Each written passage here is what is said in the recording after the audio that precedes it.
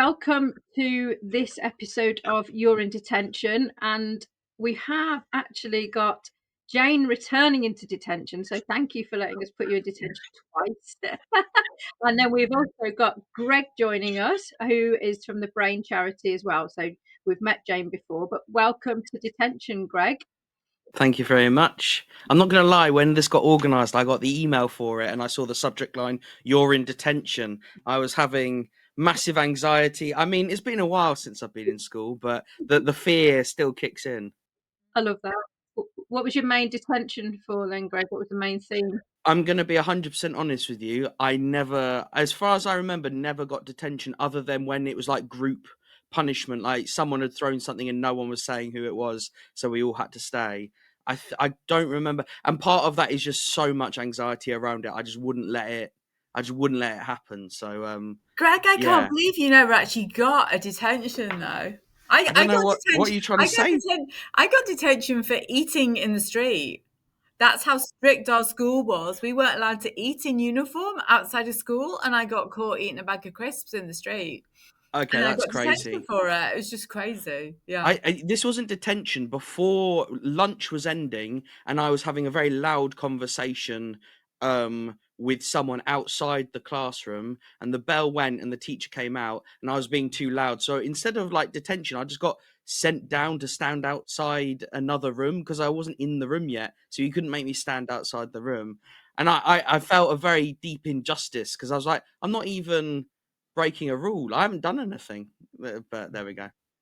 It's the injustice that gets you, isn't it? You're like, that is not fair. I'm going to be really cross about that now for the rest of the week.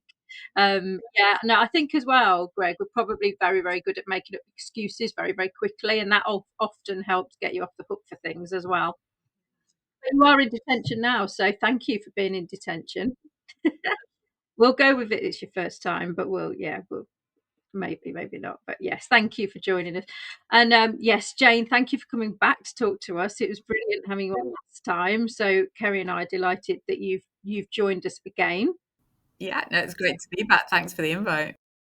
You are welcome. And this time we wanted to talk more about how employers can play a part in the kind of, well, I want to say it's actually gone into almost a crisis at the moment because the NHS have closed waiting lists for diagnosis, for ADHD. And so employers are really now going to have to step up and play their part in supporting people, whether they've got a diagnosis or whether they're waiting for one, or whether they just need extra support because they think they might be neurodivergent. So it would be really lovely to try and discuss in terms of employers maybe what they could be doing and how they could be doing it, because a lot of employers really want to help, but they don't necessarily know how to help. But it's great to kind of discuss that and see where they might be able to do that. But I think starting at the kind of top is this mindset and the ability for people to have the psychological safety to be able to talk about this in the first place, I think is the biggest crux of the issue. Yeah, definitely.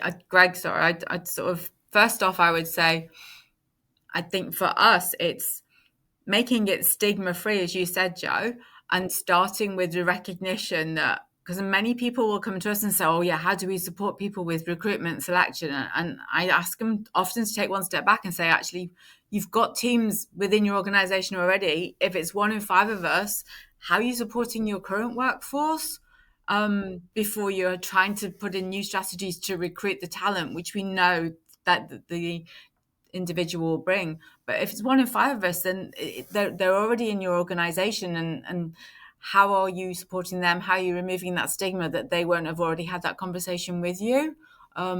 Often we'll talk to sort of the senior leadership team and they're like, oh yeah, we're not sure in our team. And I was like, well, there's a team of 7 you here. If 1 in 5 is neurodivergent, there's at least probably 1, if not 2 of you that are neurodivergent here. Have you had that conversation?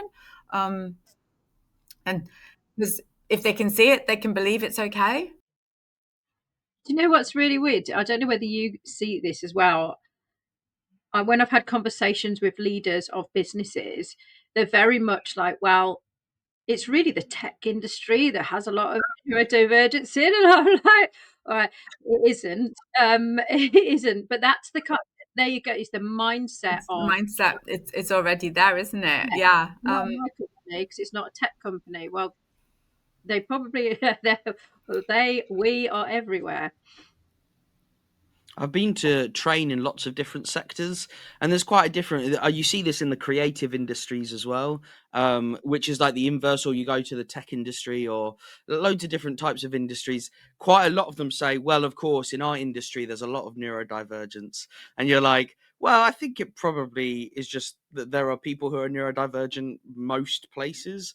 I think also I just wanted to pick it up on like a point Jane was kind of making there about what people can see, and I think one of the difficulties we have around discussing neurodivergent conditions, maybe disability more broadly, and loads of other kind of aspects of this is when people can't see it as a real issue, like they physically can't see something, they find it very hard to internalize that information. And as part of that, and a lot of us neurodivergent, maybe all of us do it at one point or another, we mask because we're afraid of how our neurodivergence is going to reflect on us. And I think we connect because some neurodivergent conditions can impact things like behavior, like the way that we understand time and all this kind of stuff. We worry it's going to reflect poorly on us in a moral context because we see things like being on time for things as a moral issue. If you're chronically late, people see you as a bad person. And I think sometimes I go into run training for people and I'm always keen, even if it's not neurodivergence being the cause, if we want to think of it as a cause of whatever behavior is, it's still being caused by something, and treating people as bad because they can't fit into quite a narrow slither of behavior or ways of being. To me, it just doesn't make sense as a way of treating other human beings. And for me, that's really key, is that we see people as human beings. I know it can sound strange to someone who's like, well, why wouldn't we? But I think there's, even for us who are neurodivergent or have worked in this kind of industry for a long time, we have to remind ourselves to humanize with the language we use, the way we behave, and be really thoughtful of that, especially as a way of modeling to other people who know less about this topic. It doesn't help when people keep referring to labels. It's the most emotive thing for me when people talk about you wanted a label, or so and so wants a label, or everyone wants a label. No one wants a label, just to be clear, but everyone does want to understand themselves and understand why they might be behaving in a certain way, or why they might struggle with something, or when they might be brilliant at something. Uh, Time blindness is one of those things, particularly with ADHD. Like if I've got a 3 o'clock appointment, if it's really important, I'll either be there 2 hours early or 5 minutes late. There's no like getting there at 2:45 and then grabbing a coffee and going in. And it's that effort that you have to make just to get to an appointment. It's just, it's way more effort than people would say, what are you talking about? That's really straightforward. All right, maybe it is, but I've got to really think about that time and think about me. I think just to pick up, you said, and I do this as well, where we kind of diffuse the things that we struggle with by going, well, I appreciate it's probably quite easy. Well, actually, the brain is really complicated. And like, so it makes sense that we're going to process things differently. And I don't think we often take account. I mean, we as a group, the four of us specifically, might be different, but as a culture, as a society, I don't really think we take account for how different we are as human beings, and how we literally process information differently. We might process our perception of time differently, and so there can be so much shame. I'm the same, Joe. I can be sat on a link for half an hour before it kicks off, or I have to make sure I've got a timer that's going to go off, and then I'm paranoid I haven't set the timer, and so I'm going to miss it, and all these kind of things, and that anxiety you feel. And I think so often we've trained ourselves to devalue that difficulty we have, to accommodate for other people who just do not see how those things can be challenging. Yeah. Yeah. I think there's there's a standard view, isn't there, which is it's not correct. I think there's this, you know, this perfect, everyone will be on time for this, everyone will think the same. But I think the four of us just chatting realised that actually if we all thought the same, this would firstly be a very, very boring podcast. But you'd get nothing done because you'd all be doing exactly the same Exactly the same thing. thing. Yeah. It's moving away from that idea of what is standard. And it's almost, for me, it's trying to, with teams at work, try and show that same, suppose, kindness for what maybe at home we considered like people like, oh, that's their quirk. And that's just like, I think of like my nephews and I think, oh, that's just how he operates. And we all accept it and we all like love him for it, but can see the strengths that he brings. And it's trying to do that with your team members and your colleagues is just saying, okay, yeah, that is their difficulty, but look what they're bringing. So I can have that kindness and that how can I support them to do that? Because look what they can bring for me. It's showing that same, flexibility and kindness that we almost like we accept with people that we're closer to, but we aren't always with work colleagues. We can't always see that's a challenge for them. Like you say, with time is like, I mean, I was always told if people were late for you, they were being rude and they were showing you disrespect, you know. And I have a school friend, like, you know, and she turned 60 today, ironically. So I've known her like, you know, 35, 40 years. And yeah, she is late for everything. But that's not because she's disrespecting me. That is because of a neurodivergence, and like, you know, so we put strategies in place, as you say, to accommodate for her, and it's so that allows to transition into like work colleagues can be very similar. I think that's a really excellent point. And I'd say when I go and train loads of different workplaces, I'm not going to say it's uncommon for someone to come up to me during a break or afterwards and say, I really enjoyed what you were saying. I can really see how that impacted my nephew or my child who's recently been diagnosed. They've really been struggling to get support at school. And like it's been like we've had to claw every ounce of support out of the system. And then they'll talk about a colleague and they're like, they just would never do this thing. And I find it kind of ironic in a sense because you're like, it's and I understand why it's the case. It's hard, and it's just how what you were saying, Jane. It's sometimes hard for us to apply the same kindness or just that perspective towards colleagues who are really trying to claw that support out of the system in their workplaces. But because we have a different emotional reaction to maybe children or to the children in our family, maybe, or friends we've had a long time, it can be challenging to afford other people that same kindness in the work context. So I think that's a really important thing for us to take account for ourselves, even if we don't have power over our colleagues as a manager or as a member of the senior leadership or whatever it might be. I think we can be thoughtful about the way our emotional response to our colleagues can have a big impact. Because that can remove the stigma. When you went back, Joe, earlier on to like, how can we remove stigma? I think if people don't feel under that stress of having to mask or that anxiety of how's the team going to react if I tell them, look, I really struggle with this, that can remove some of the stigma and that initial barrier, isn't it, of people just being open and honest with the rest of their work colleagues or their line manager or whatever. Yeah, if they feel it's going to be like, well received and like, listen to. I agree. I think it comes from like, because most companies kind of talk about neurodivergence from a point of negativity. So it can be, we've seen it with schools, the struggle with this, struggle with that, struggle with this, struggle with that, struggle with. And you think, by the time that anyone's finished doing kind of like posts out about it or raising awareness, it's always awareness raised from this person may struggle with this. And no wonder people don't want to talk about it, because no one wants to be associated with all of that negativity. Because Greg will know, maybe as I did as a child, you have so many criticisms throughout your childhood that the last thing you want to be is heading into them voluntarily in the workplace. So, there's lots and lots of examples where I've seen where there's negative, the ADHD negative, the iceberg with all of the struggles, and I'm like, why don't you replace that with the strengths iceberg and say, did you know that all of these were strengths? And then people might be more prepared to talk about it.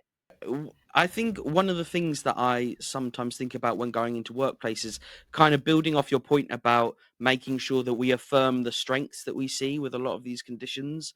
I'm always really keen to make sure that we think about how are we talking about when we talk about the challenges, how do we talk about them and recognize them as part of a context where loads of people find challenges, whether they are neurodivergent or not.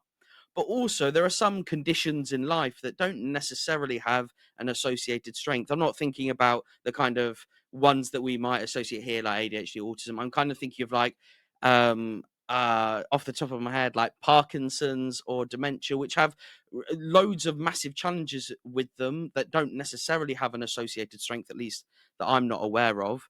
And of course, we might not be thinking often of those in the workplace context.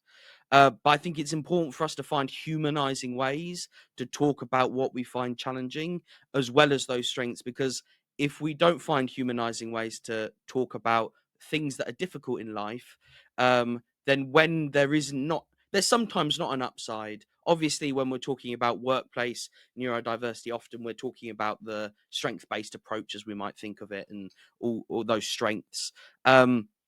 But I think to be able to humanize us most effectively across loads of neurological conditions and other disabilities, I think to show that solidarity, we find those humanizing ways to talk about it. Hopefully that made some sense.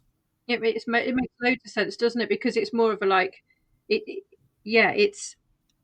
I think it goes back to neurodivergence being such an invisible thing that no one can really see it, so they very much struggle to understand it, which makes sense. It makes complete sense, because how do you understand it if you don't have it? But it's all about opening your mind, isn't it? And then looking at, like you say, more of a holistic view of people and how they show up and what they bring to the team and what kind of compensations that person might need, because no one's good at everything. That is exactly the point. And like Kerry and I work together all the time. She's brilliant at things I'm not very good at, and I might be brilliant at things that she's not very good at. So we kind of like, we make up one person, if you like. Nobody's perfect. A team can be, can't they? And that's the Yes. recognizing that neurodivergent talent, along with neurotypical, can make a perfect blend of a team. Yeah, absolutely. I think as well, there's a lot of businesses looking at this from a bit of a tick box exercise, in a bit of a bit, I'm not quite sure what to do. I need to do something, but I don't know what to do. But actually, this is about enhancing performance of your workforce and allowing people to work in a way that suits them, without that kind of, you know, discrimination or negativity, will allow you to bring the best out of that person, and then you'll get heightened performance from them and from the team. Yeah, that's what I always say when people come to us. It's a culture change, isn't it? As you're saying, Joe. And if you get it right, then you get the best performance. You reduce your sickness. You alleviate performance management conversations, because unfortunately, many people will come to us and say, like, sort of, they've ended up taking people down a performance management route because they just don't know how to have a conversation with a colleague or a team member. So it reduces all that time, that stress for both members, because we all know how onerous performance management can be. I suggest, like, 98% of us want to go in and do a good job. It's just people are asking, can you let me do a good job? There's 2% that probably do need performance management in any organization, but it's very small, I would suggest. Most people want to go in and do a good job, get on with their colleagues and go home. And it's just, if you understand what they need, that then they then can do that. That's weird. I was just going to say, it goes back to understanding, and you said exactly that. It's really, it's free, isn't it, to understand? It doesn't cost anything for any business to understand. But I guess it goes back to that psychologically safe environment. How do you create that? I sometimes think about this is my bad. I like to throw in bad metaphors every once in a while, and my kind of bad metaphor for cultivating an environment where people feel comfortable, when playing at the playground in the park, there's those monkey bars where you're swinging from one rung to the next, and I think you wouldn't swing out to the next rung if you didn't know where it was, if you couldn't see it. And so I think it's really important for people who might need or want to seek out support in the workplace to have it visible before they swing out, before they. And one of the things, quite a lot of workplaces are like, how do we create an environment where people feel more comfortable to disclose? Well, you tell them what will happen if they do disclose, which hopefully when we have sort of thought it out and created that offer, that we have something really positive to cultivate. And so when we can demonstrate, and I'm not saying that because people are different, when they sort of disclose, they might have needs that we haven't considered before in our particular workplace. And so we might need to come up with something bespoke. But to give an example of something like what we might offer can make people more confident in doing it, partly because they might have been in other workplaces and took a while to pluck up the courage to ask for support, and then have been met with really negative experiences. So it's really important that we can demonstrate there will be a positive experience. Some of that might look like, if it's appropriate, someone else in the organization who is neurodivergent, who's happy to be open about it and the support they can get, can be something really positive, but obviously not always appropriate, or you're not always able to do that in every organization. But demonstration, and another thing, and I think this cannot be understated how important this is repetition. You can't just say, oh well, we're a really inclusive place, just let us know, and then never mention it again, because that doesn't necessarily demonstrate an intent that will mean people feel the most comfortable. So if we're repeating it, that doesn't just mean that we just repeat literally the same words every time, like every week at the staff like get together or whatever. But we're being thoughtful. I know people have different mileage on things like awareness days, because they can feel a little bit tick boxy. But if it's part of a more broad, genuine engagement with support, then those can be useful to repeat what we might know or have discovered as an organization about a certain topic, like a dyslexia awareness day or ADHD awareness month, or whatever it might be. So I think those things can be used, if we're sensitive about it, to great effect. And start doing things. I think, as you're saying, Greg, isn't it? It's just start role modeling it. Like there's some classic ones I think many of us have already picked up on now, but just making it standard that you issue the questions in advance of an interview. You don't even need to ask somebody internally as well as externally, do you want them? It's just standard. They're all there. They're on the website and they're on the internet internally. They are the questions that are going to be asked for these roles. So it just becomes the culture, becomes the norm.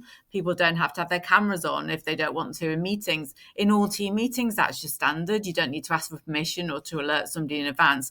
That's just accepted. We assume positive intent that people have joined a meeting and are participating, and we're not going to be school mom about it and say, okay, you've all got to have your cameras on, so I know that you're not doing emails at the same time or going off and having a coffee. Just assuming positive intent.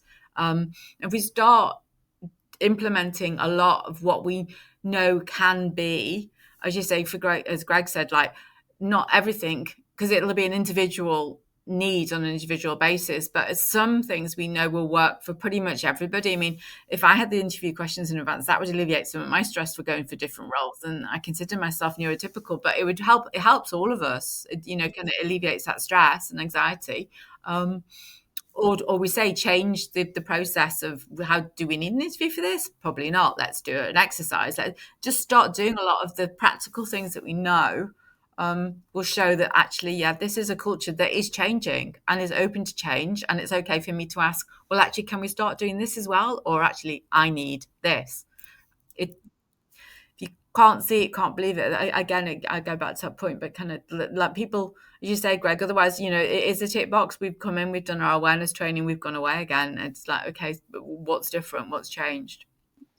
Yeah, and you could say, I could go and speak to my line manager about it, and Kerry could go and speak to her line manager about it, and we might get two completely different responses, because this is what happens in organisations. There's pockets of really brilliant stuff of people that are more aware of it, and then there's pockets of someone that will say, "Oh, is there any way you can sort that out?" And then that person's left going, "I don't feel like I've got anywhere to go now," and actually, then you've got to replace that person, because they're not going to stay in an organisation like that. Kerry and I were on a course yesterday, 9:30 till 4:30. This was the output of the last hour of the course that I was on, and I think it goes back to your point, Jane. If you were looking as the kind of trainer on there, you would have thought she's not listening because she's got her head down and But when I was doing that, I was able then to listen to the information and take it in. I had my camera on. She had to have your camera on this course because it's CPD, but because because of that, I thought, oh God, I look really rude, but I'm not being rude. I'm just distracting one part of my brain so the other one can kind of listen. To be fair, even Kerry was struggling with that length of time yesterday, so I felt all right. It was tough. It was tough. But I think this is all about, it's the change, isn't it? Instead of having a standard approach to everybody, making it much more inclusive, and you get more out of everybody.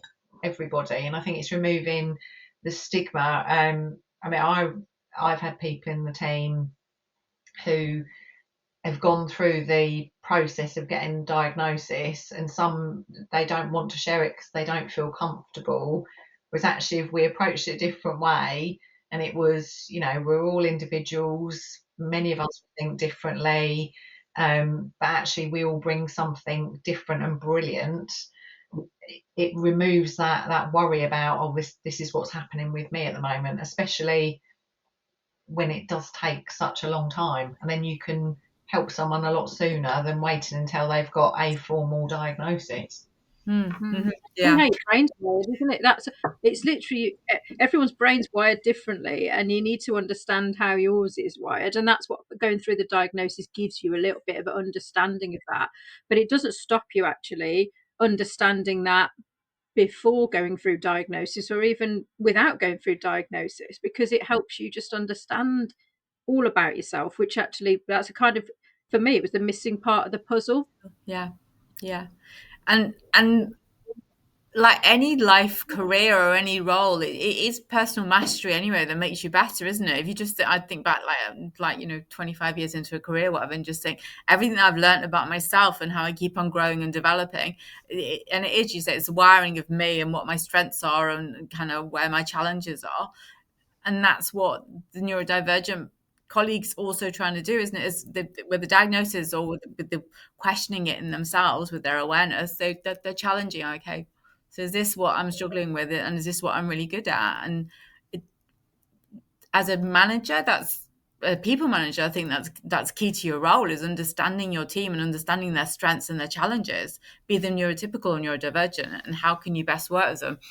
That takes a lot more time maybe at the start, but you get so much more from the team and the individuals afterwards, don't you, if you invest that time and actually genuinely getting to know them. Yeah, it does for sure.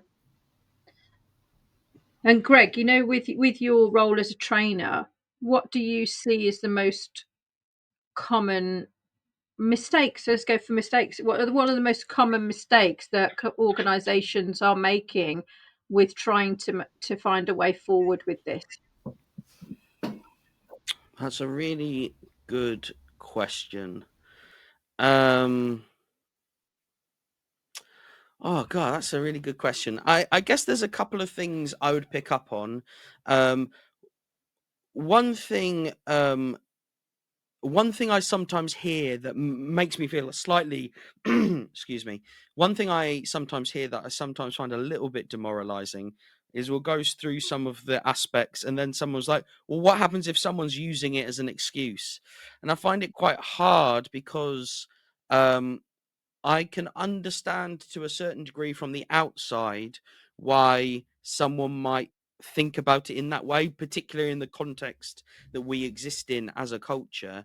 But I think, like, this is my radical position. I don't really believe excuses exist, in the sense that there are reasons why things happen. Some of them are annoying reasons, some of them are unideal, some are things that we can do stuff about, some of them are things that we can't do stuff about. And I think sometimes we have an over reliance on believing the things that other people struggle with are because of mistakes that they've made, and we believe the things that have happened to us are just challenges that we've either had to overcome or we haven't been able to overcome. And so again, I think it comes back to this thing we've been talking about in terms of how invisible things are.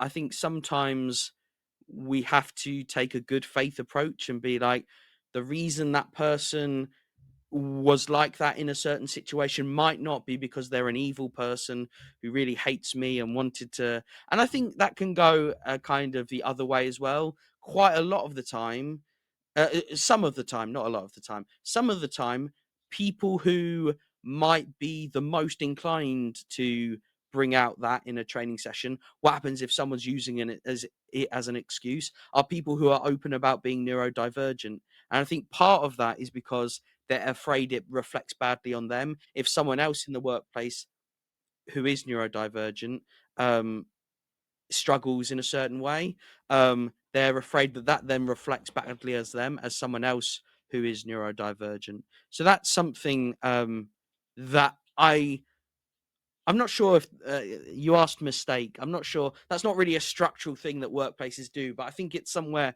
that trips me up when I go and do training and someone mentions that. I'm kind of like, we need to get away from thinking of things as excuses, because whatever, we can peel back the layers, and at some point we're going to find something that's causing this that we can interact with.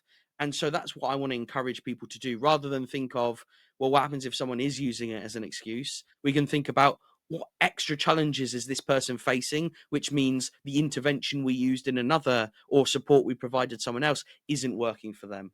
And again, often it comes down to the fact that we're different from each other, which I guess is often the theme when we're talking about diversity and what have you. I have heard that myself, though. Excuses. I'll give you a good example of excuses. The amount, if someone called in sick with a migraine, immediately you think they've got a hangover, don't you? Immediately, because I've heard that being a leader of teams in the past, and actually not recently, because I don't think I've had people phoning sick. People work from home and they're just a bit, they're ill. They're just like, oh, well, it's fine. But in the past, people would phone in sick with a migraine. I used to get debilitating migraines that would wipe me out for like 2 days. And when I would then say, I've got a migraine, I immediately think that someone would think I was using that as an excuse, and I genuinely couldn't move with them.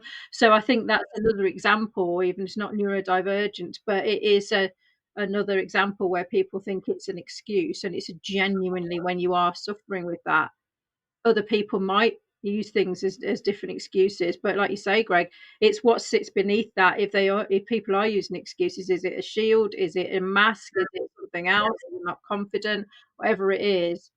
But self-deprecating humor and also making the mood a little bit lighter is also something that ADHDers particularly are excellent at. And no matter what you're dealing with, I remember at work someone would say, "You all right?" I'm like, "Yeah, I'm absolutely fine. Yeah, no worries." Whatever it was I was dealing with, I would just go and deal with it, because I didn't want A, the attention, and B, I didn't want to make a fuss. And it kind of, so you always need to dig quite deep with people to be able to find out if they're really, really okay. But a lot of the time, you'll never really know that, because that mask is thick. We've been wearing it for years. So unless you've got a really safe place for your people to talk to you, you could not know where people are mentally and where they're really struggling. Yeah. I think it's like you were just saying, Joe, with the migraine example. I think it's that education piece, because I'm not saying that everyone should have had a migraine so that they understand what that feels like. But actually, if people understood more about a migraine and that led to you not being able to come up to work, then I think the assumption isn't then they've probably got a hangover. Because I absolutely hear that. I mean, we used to hear that a lot, and I think you do in any kind of workplace. But the same with any form of anybody who thinks differently. It's that, well, actually, if you really understood it, then you would see it's not an excuse. Somebody does something differently. They think differently. They suffer from time blindness. So I think it's that education piece, but everybody being educated so that somebody then doesn't have the migraine and think, oh, I can't phone in because they're just going to think I've been out. Yeah. Yeah, it's I think complicated. I think lots of environments we exist in, we treat people with a deep layer of suspicion, and I think, like, if you just sort of assume that people in this particular context, I'm sure there's loads of contexts where this might not serve us well. maybe some people get through the cracks who are having a hangover, but partly I'm thinking if someone's hungover, maybe they're not going to be best served in the workplace. I guess again, it depends on what. But in a sort of serious sense, I've done training in places like factory floors. If someone's hungover, that's an unsafe environment for there to be with their colleagues. And so, if they have to tell a little white lie to make everyone else safer, I'm not necessarily sure that is a wholly bad thing. Um, and but most of the time, I think this kind of relates to something Jane said before. Most of the time, people aren't trying to pull the wool over your eyes or trying to get away with something really deep and mischievous. It's something else. It's that they have a migraine. And the other thing is, I think, particularly with migraines as a interesting thing, but we can extrapolate this across loads of other conditions. With migraines, they are so for lots of people they are so bad, particularly certain forms of migraines are like they can take you out for weeks, for months. It can have massive impacts, and sometimes people are just kind of assuming that they are like, oh, it's a bit of a headache, or they had some flashing lights once and then it went. That's not just because that is your awareness of them doesn't mean that's the whole story to everyone who has had a migraine ever. Those can be really serious experiences that we should take people's word at. Really, It's a really good point because, like you say, I've had a migraine. It might be different to someone else having one, and it's no one knows. That's the point. They don't. Only you know how you feel. And going back to the 2% that you said, yeah, there's the 2% that you'll see patterns. You can see patterns. If you're a good leader, you'll spot patterns in a team, and you know. So having that belief, if you give everyone the trust, and then people let you down with that trust, that's a different thing. But give everyone the trust, treat people like adults, treat people in a way that they want to be treated, not the way you want to be treated, and then actually your team will do so much more for you. But the 2%, you're always going to have the 2%, the people that want to do it. But you should be able to identify those very quickly if you've got experience in leadership. But I I think, think also with the 2%, sorry, like I know we're just making up a percentage and yeah, going the 2% of people who are going to be rubbish. I think, and this might not be the responsibility of you as a manager in a workplace, but there's also going to be reasons why they find it hard to work in a workplace, which it might be like their perspective that they just can't be bothered. But the reason you can't be bothered is caused by something that's mm, not an isolated yeah. characteristic. They're highly And likely a that is square peg in a round hole, Greg, aren't they? They're probably in the wrong that, role. that it's possible, and it can be all sorts of life experiences. Like people just might have not bothered with them in school, or they might have had a difficult home life, or them none of those things, and it's just like the way they are. Um, but it's not. I think often our parameters of where we think the line is can be really informed by our life experience. And I think for us as a group of four people on this call, our line is a lot more generous than quite a lot of other workplaces would have it.